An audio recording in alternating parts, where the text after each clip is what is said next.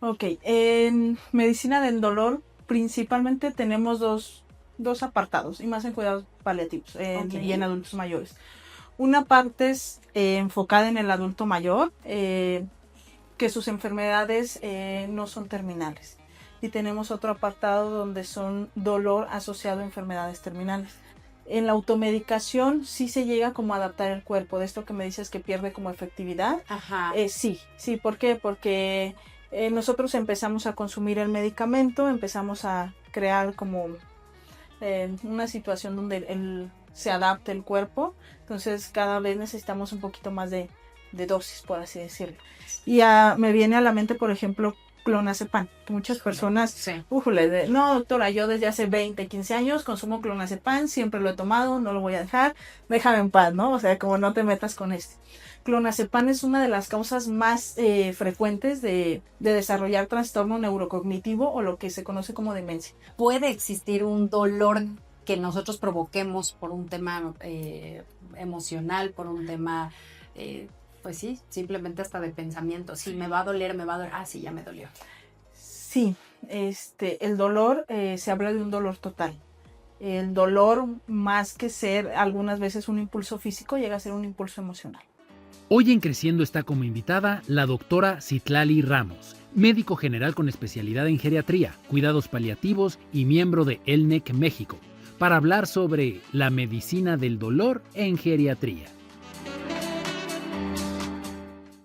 Un gusto tenerlos de nueva cuenta por acá en Creciendo con Ara Rangel, y pongan atención para todos aquellos que tengamos adultos mayores en casa o que sean adultos mayores y estén padeciendo de algunos dolores.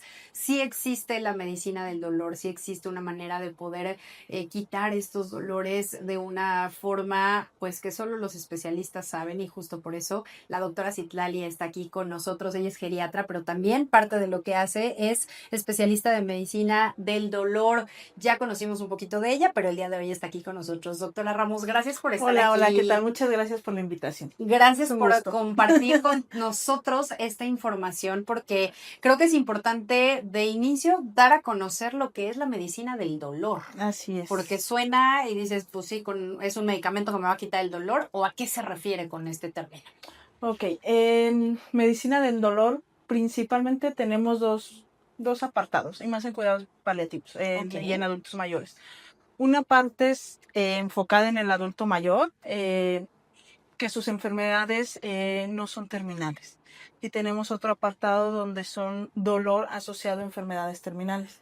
Principalmente y en la mayoría de los casos son enfermedades como cáncer, insuficiencia renal, este tipo de padecimientos donde ya no podemos ofrecer un tratamiento curativo, pero siempre podemos ofrecer algo que alivie el dolor o cualquier tipo de sufrimiento que tenga el paciente.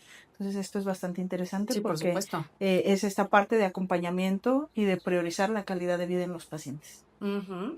¿Qué pudiera ocasionar? Tú ahorita mencionabas el tema del cáncer, pero alguna otra situación que pueda ser frecuente en adultos mayores, que les dé de manera recurrente y hasta crónica, pues el hecho Sí. de estar con este dolor constante. Ok. En adultos mayores pasa muchísimo la ergonartrosis, que es el desgaste articular a nivel, por ejemplo, de articulaciones como la rodilla Ujú. o dolor en columna asociado a hernias lumbares o a padecimientos crónicos de columna lumbar que Ok. nos ocasionan dolor de 15, 20 años de evolución y que el paciente en cierto punto ya se llega a acostumbrar a vivir con dolor. Correcto. Ajá. Entonces esta parte también nosotros la tratamos y tratamos medicamentos, bueno, manejamos medicamentos que puedan otorgarse por mucho tiempo, porque muchas personas se automedican.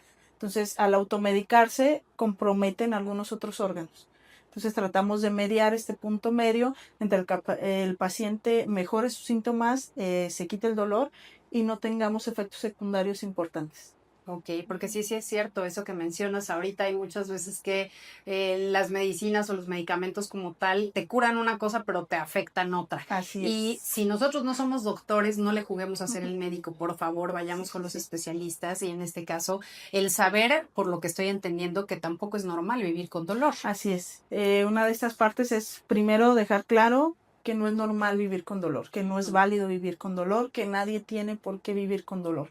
Entonces existen muchos tratamientos, muchas alternativas para mejorar los síntomas del paciente, que el paciente tenga una buena calidad de vida, que no pierda funcionalidad, que siga haciendo sus actividades de la manera normal o lo más adecuado que se pueda para que no interrumpa sus actividades diarias. Ok, ¿y cómo poder saber o evaluar el dolor de un adulto mayor cuando a lo mejor justo ya se acostumbró a él o le da pena, que también hemos sabido de casos, ¿no? No le quiero dar lata a los hijos, a los nietos, mejor me callo.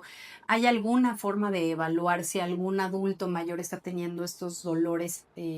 No sé, algún rango que ustedes puedan compartirnos. Ok, alguna de las maneras que nosotros tenemos de educar a los familiares es comentarles que si el paciente regularmente, no sé, tenía sus actividades durante el día y de repente deja de hacer lo que siempre hacía, es un foco rojo. O sea, algo está pasando. Ya. Algo está pasando o de repente muchas veces los adultos mayores empiezan como a comprar pomadas, como medicina alternativa, por así decirlo. Entonces también. Y en los adultos mayores es mucho de educar a la familia. A lo mejor el adulto mayor no te va a decir, oye, me duele, ¿no? Pero yo como nieto, yo como hijo, yo como familiar sé que algo está pasando. ¿Por qué? Claro. Porque papá iba todos los días al mercado y ahora no va. Ahora me pide a mí que yo vaya por la fruta, por los alimentos, o que de repente veo que empieza a ponerse cremitas, a darse muchos masajitos. Esos son como cambios en la rutina habitual, los que nos pueden hablar que el adulto mayor está sufriendo o está padeciendo de algo.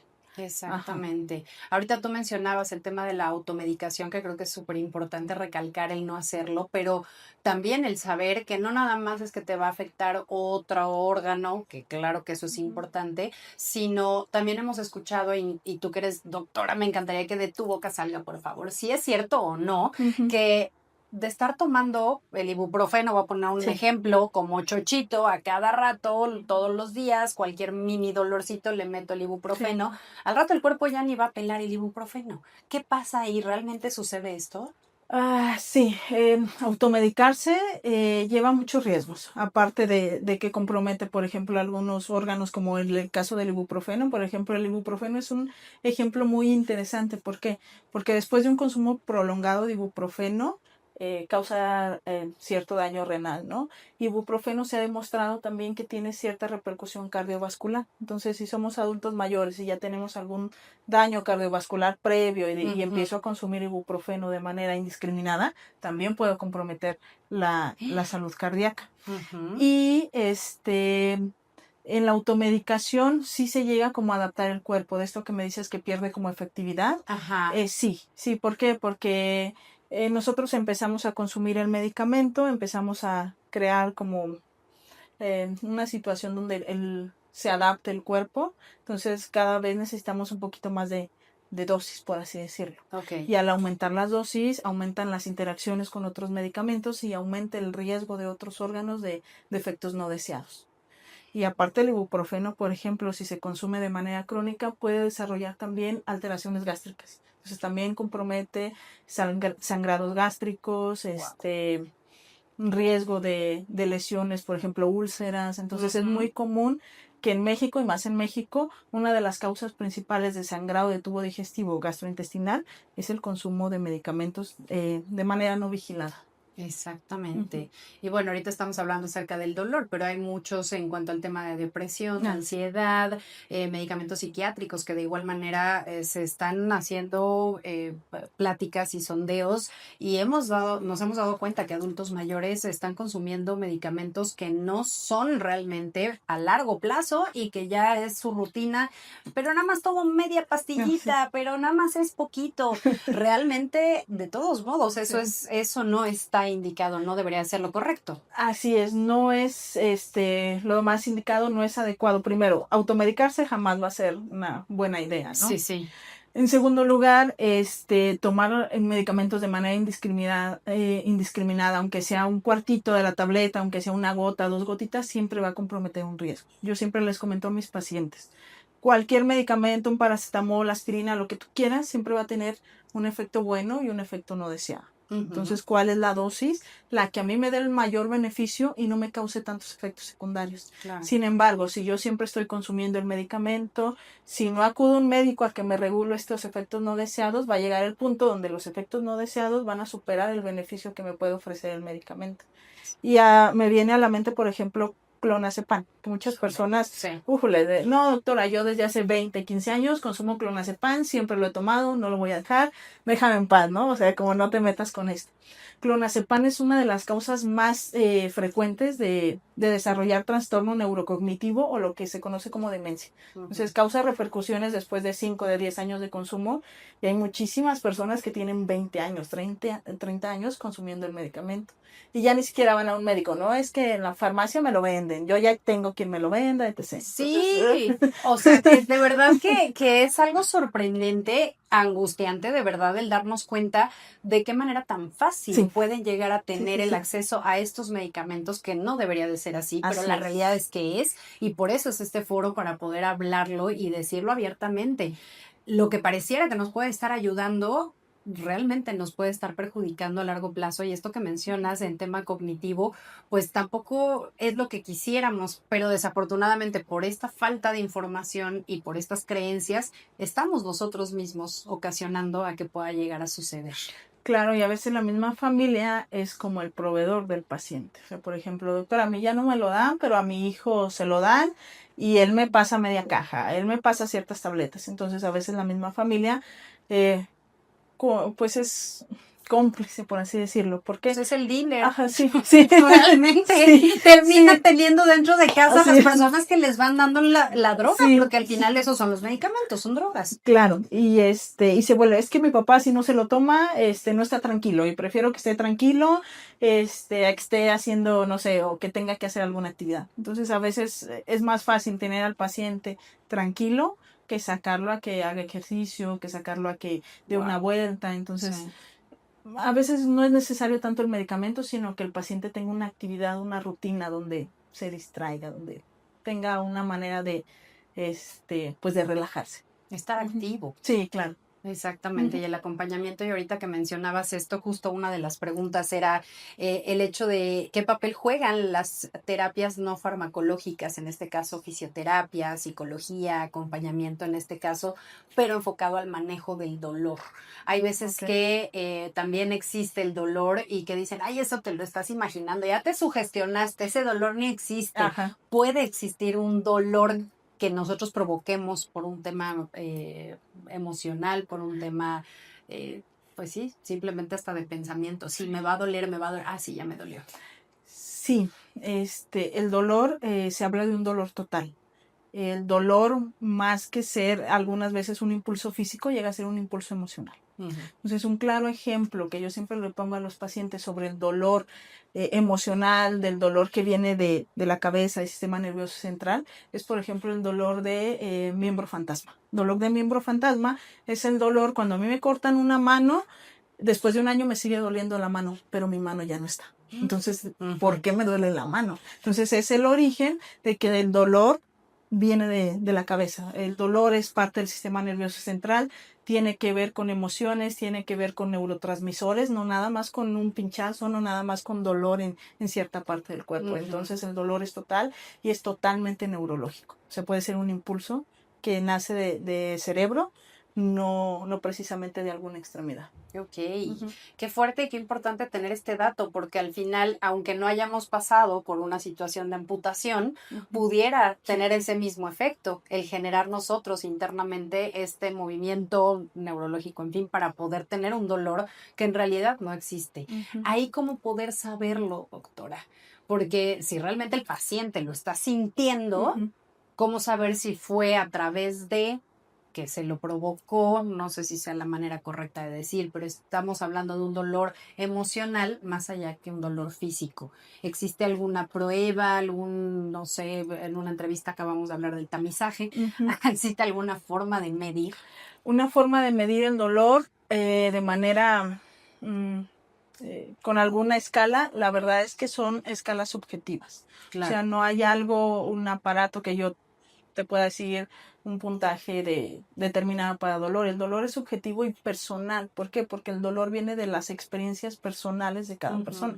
Entonces, hay escalas subjetivas de medirlo. Por ejemplo, nosotros tenemos la escala de EVA en los pacientes, que es de 0 a 10. 0 es 0 de dolor y 10 es el peor dolor que has sentido en tu vida. Entonces, una manera de medirlo es, señora, del 1 al 10, del 0 al 10, ¿qué calificación le da el dolor? No, pues me duele 5, me duele 10, me duele 8.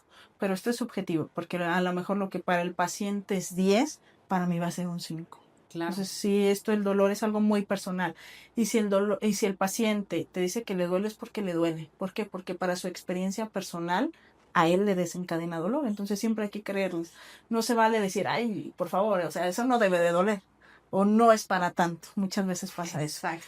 Pero no es para tanto para mí, para mi experiencia personal, para mi umbral del dolor, pero a lo mejor para la persona que está enfrente de mí, de verdad es el peor dolor de su vida. Por supuesto. Entonces siempre hay que ser muy empáticos en esa parte y entender que el dolor se vive de una manera muy personal. Entonces, si le duele 10, es porque le duele 10. Siempre le tengo que creer. Y saber si viene de un impulso meramente del sistema nervioso central o de alguno periférico, la verdad es que se tienen que descartar. O sea, si tú me dices, doctora, me duele la pierna, te tengo que empezar a hacer estudios. ¿Por qué le duele la pierna? Ok, puede ser una lesión ósea, le tomo radiografías, el hueso está bien.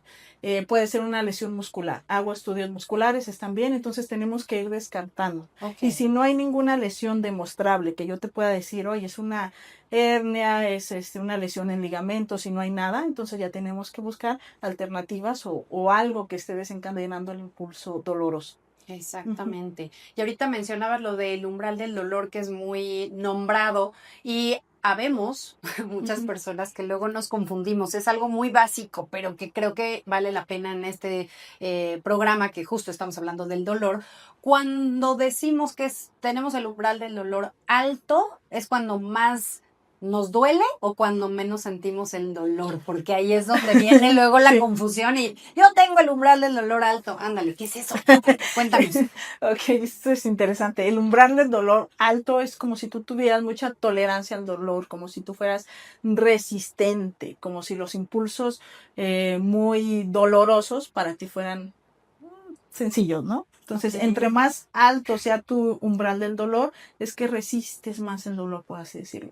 Si es cuando menos te duele. Así es. Y cuando el umbral es bajo, es que cualquier impulso sencillo o simple te puede desencadenar grandes síntomas. Ok, o sea que podríamos decir que va a la inversa a lo que pudiera decir la palabrita, Así ¿no? es. El umbral del dolor alto es que sientes menos, pues así te es, duele sí, menos. El umbral del dolor bajo es cuando sientes mucho. Exactamente. Ahí está, entonces va al revés. Para quienes tengamos la confusión mental, ya la acabamos de resolver.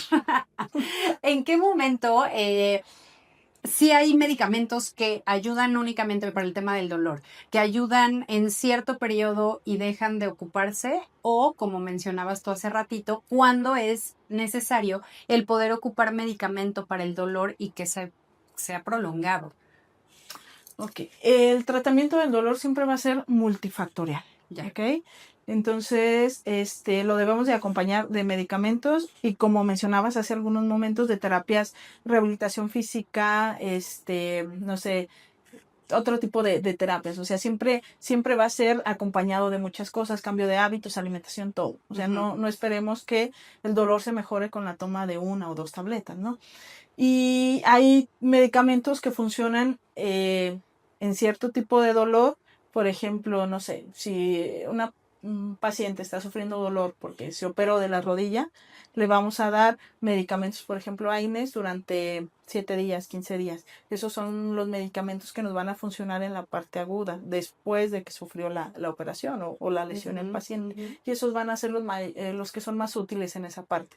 Sin embargo, si la cirugía no funcionó de manera adecuada, si esto se prolonga más tiempo, no podemos continuar con ese tipo de medicamentos porque ya vamos a tener muchos efectos secundarios. Entonces ya a largo tiempo tenemos que utilizar otro tipo de medicamentos, otro tipo de analgésicos que no nos comprometan tanto de manera general los órganos. Ajá. ¿Qué opinas de los parches para el dolor, que también se ha dado mucho en redes sociales y demás, como te pongo este parche, donde te duele, ponte este parche y ya con eso se te va a quitar? ¿Es real? ¿Es mito? ¿Qué traen esos parches? Ok, hay muchos tipos de parches.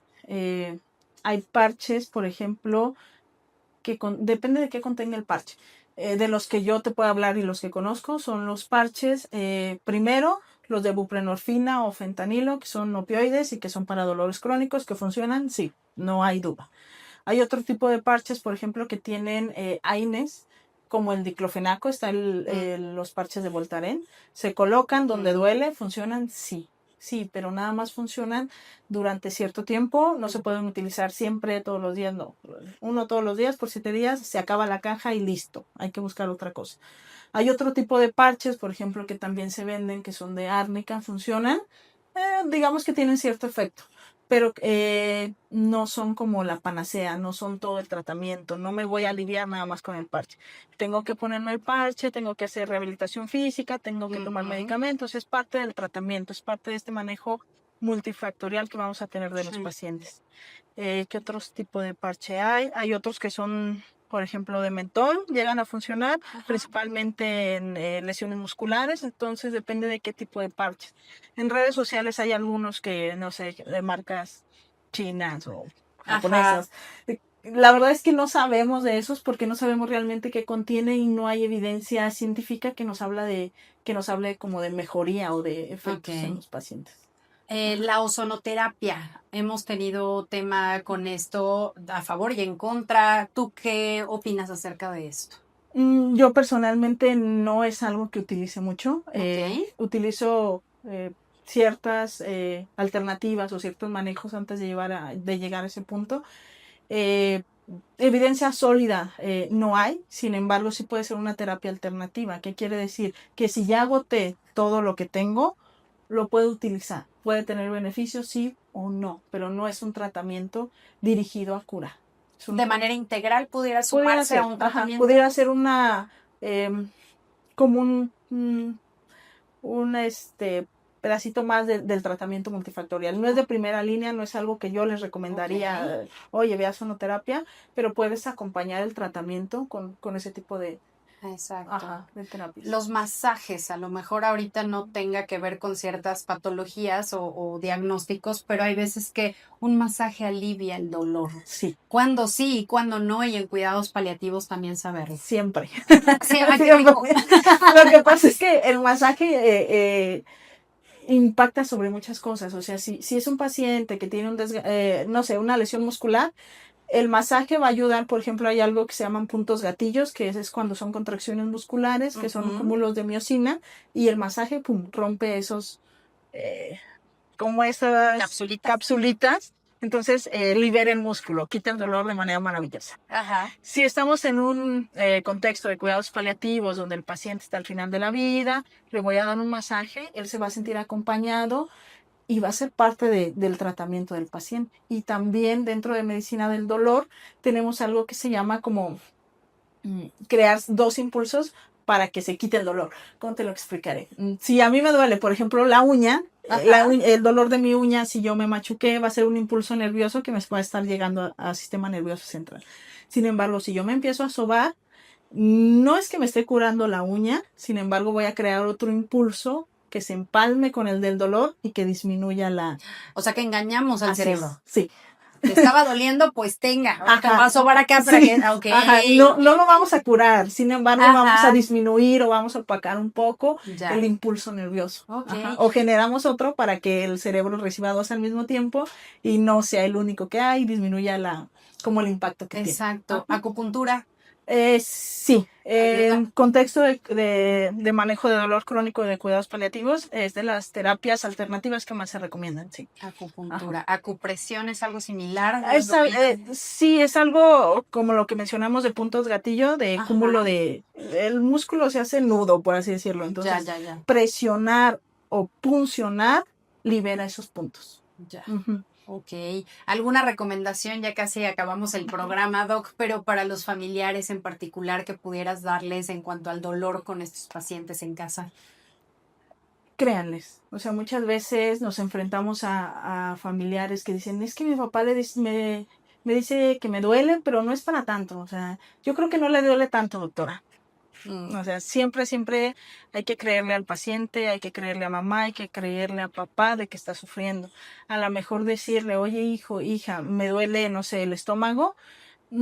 Tal vez le duela, tal vez es una manera de estar con los familiares, porque a veces uno como hijo está de trabajo, Darles no sé, atención. a darles atención. Necesitan atención. Ajá, entonces es parte de Efectivamente. manifestar un dolor, puede ser algo, una lesión física, puede ser algo emocional, entonces tomen el dolor como una llamada, como un, oye, no sé, Exacto. venme. Correcto. Ajá, sí. ¿Dónde te encontramos, doctora, para cualquier cita? Estás físicamente aquí en Querétaro, pero cuéntanos, redes sociales, ¿en dónde estás? Bueno, el consultorio lo tengo en Momentum Centro Sur, Ujú. en la Torre 2, ahí pues me pueden encontrar, nos podemos ver, podemos conversar y ver en qué les puedo ayudar a ustedes o a sus familiares. La verdad es que esto es algo que a todos nos ayuda y llegar a ser adultos mayores es algo que todos vamos a llegar en un punto, ¿no? Entonces hay que prepararnos para eso. Efectivamente. Muchísimas gracias, No, de doctora nada. Citlali Ramos. Y nosotros aquí en Creciendo les agradecemos muchísimo el que nos hayan acompañado. La próxima semana nos vemos con un tema diferente, como siempre, para seguir creciendo en comunidad. Muchísimas gracias.